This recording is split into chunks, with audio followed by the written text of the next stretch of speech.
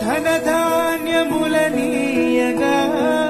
కరుణించి కాపాడి రక్షింపగా పరలోకనాథుండు నీకీయగా మరి యేసు కొరకీయవెను నీవువా.